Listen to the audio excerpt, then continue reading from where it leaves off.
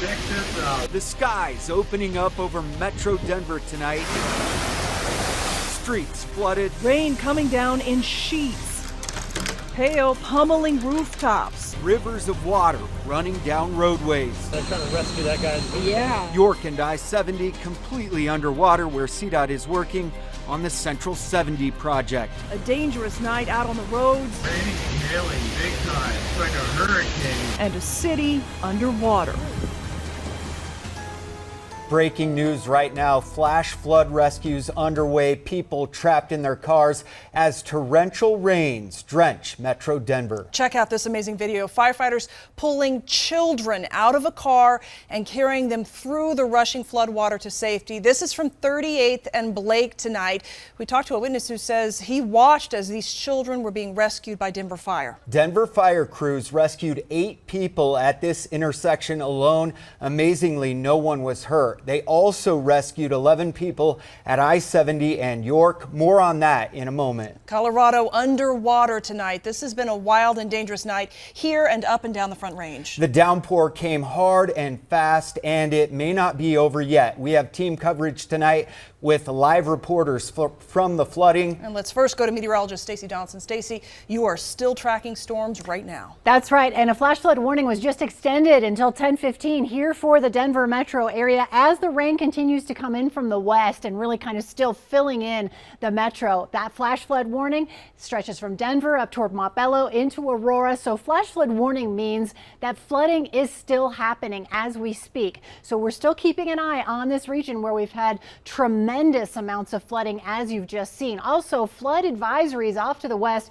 where the rain continues to fall here up into the foothills and the high country from Central City to Idaho Springs all the way down toward the divide here toward Castle Rock, the Palmer Divide under a flood advisory as well. And we have multiple flash flood warnings here from Colorado Springs down toward Pueblo. So we're not quite done with this yet, but we are expecting the flooding to lighten up as we go through the rest of the overnight hours and these storms start to move out. But we still have a flash flood watch in effect for this entire area until midnight. So we'll keep a close eye on this. We'll talk more about the timeline for the rest of tonight and tomorrow on whether or not you can expect more flooding coming up in a few minutes. All right, thank you, Stacey. I-70, a complete disaster tonight. Denver Fire rescuing multiple people from the rising waters. Traffic backed up for miles as the Central 70 construction project flooded. That's where we find Denver 7's Patrick Perez this evening. Patrick, what a mess. What is traffic looking like at this point?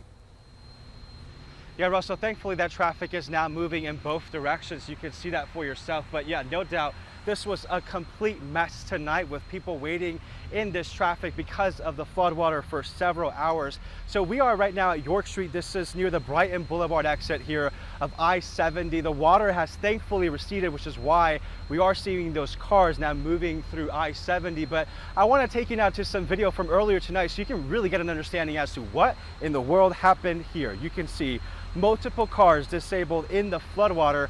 We counted at least half a dozen or so just from what we were able to see.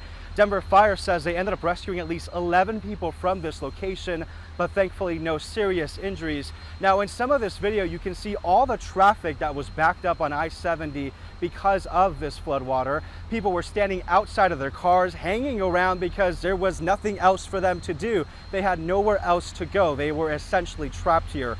We spoke with a man who drove into this floodwater. He says he had no idea what was about to happen to him in his car because it was raining so hard he could not see in front of him. After that, when I see that all water just came on top to the car, so I mean like, say what the hell, you know, like what happening over here? So I don't have idea this day happened. The people over there helped, and he said, don't move, don't move. So and I had my window down. He tried to open that door, but the door, you know, they can't open. So I just got out from that window. It's insane. It's crazy. This is the first time I seen it. So Christian, the driver of that red Subaru, was lucky enough to have his friend who has a pickup truck come to help get his car out of the water. It wasn't starting, but they were able to eventually get it out of the way. And in the background of this video, you should be able to see some of these other drivers going through the floodwater since at that point it had receded by a lot. Now back out here live, again, traffic is moving pretty smoothly here, but no doubt, Jacqueline and Russell, a very scary night for a lot of people, and what is definitely going to be a costly night for some of these drivers whose cars were disabled by this floodwater. And no doubt we will be asking CDOT what exactly went wrong here. Thank you very much, Patrick. Incredible video. Lots of questions for CDOT in the coming days. Neighborhood streets not faring much better this evening. That's right. We're hearing about flash flooding all over the Denver Metro. Denver 7's Jason Grunauer is tracking those issues tonight. Jason, how's it looking right now?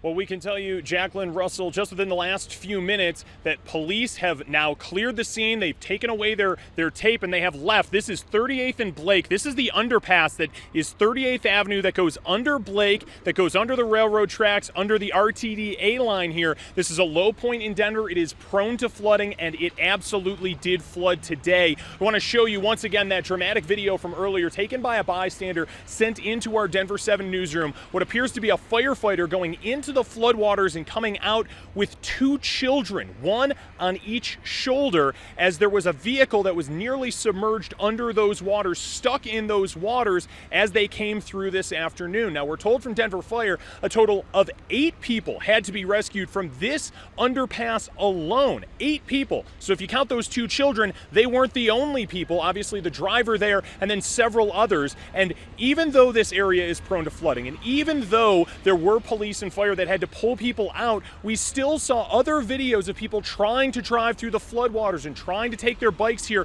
along the side of this road. Now, the best news from Denver Fire is that of the 8 people that had to be rescued from here at 38th and Blake, there were no serious injuries as a result of those rescues. Again, the area now back open, the rain still coming down. An officer here on scene telling our photographer as he was leaving, they're not really opposed to having to shut this down if once again those rains pick up, the floodwaters come up, and people once again try to drive through here. But the best news that we can tell you right now, not only is the road open, but no serious injuries as a result of all of those rescues. That is the good tonight news. At 38th and Blake, I'm Jason Grunauer. Back to you. That is the good news. Thank you, Jason. And neighborhood streets flooded from Thornton to Denver, nearly all points in between. Look at this video from Colorado Boulevard and 23rd Avenue in Denver. You can see cars plowing through pretty deep water there.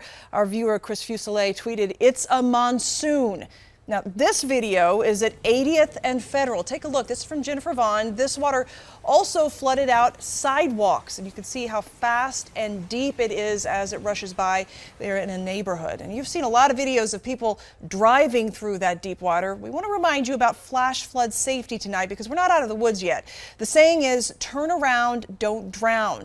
These rapid streams can knock you off your feet and take your vehicle downstream, so don't drive or walk through them. Also, stay out of these flooded areas. Even if it seems the worst is behind us, water may still be rising. It can be very fast, and these waters can hide rocks, trees, and debris. We are also tracking power outages in the metro area and throughout Colorado this evening. Right now, Xcel Energy reporting 54 outages, which is affecting about 5,000 homes in the Denver area. Crews are on the ground now trying to restore power. At Denver International Airport, we've been seeing flight delays and cancellations all day long, and those have gone way up with the storms too. Right now, there are more than 500 delays and 100 cancellations. And this is night 2 of powerful and destructive storms that rolled Metro Denver. Last night, Brighton was ground zero. Thunderstorms knocked out power to more than 1,000 people there. Paul Malloy says his home is more than 100 years old, and the 40-foot maple tree that used to stand in his front yard is now gone. When it fell yesterday, he believes it took down 2 other trees in his yard. His neighbor's home was also damaged by the falling trees. It's heartbreaking to see this tree come down. I feel sorry for my neighbors that my trees did damage to their house. We want to get this sidewalk cleared out so that people can walk through here. And he can get his fence back up so his dog doesn't escape. Crews with Creative Tree and Stump hope to get their part of the work done by tomorrow, but Malloy says it will probably take a week or 2 to finish all the cleanup. This has been a crazy weekend. Stay with us. We are tracking these storms right now on air and online. You can stay up to date with the very latest in weather and traffic on our Denver 7 app and our website, thedenverchannel.com. And we are just getting started on Denver 7 News at 10 tonight. We will be right back with the latest flood coverage and today's top local stories.